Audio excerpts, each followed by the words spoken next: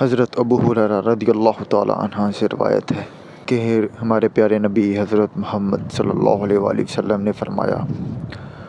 اگر لوگوں کو وہ اجر و ثواب اور فضیلت معلوم ہو جائے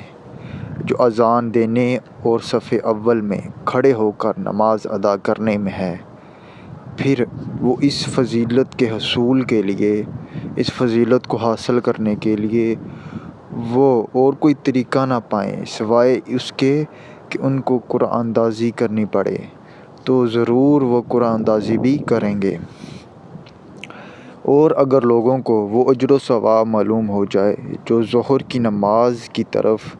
چلنے یا نماز کو اول وقت میں ادا کرنے میں ہے، تو وہ اس کی طرف ایک دوسرے سے سبقت کرنے لگیں۔ اور اگر لوگوں کو اس عظیم ثواب کا علم ہو جائے جو نماز عشاء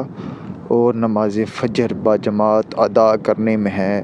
تو وہ ضرور ان دونوں میں پہنچیں، اگرچہ ان کو گھٹنوں یا سینوں کے بل گھسیٹ کر آنا پڑے۔ اللہ پاک ہمیں عمل کی توفیق عطا فرمائے۔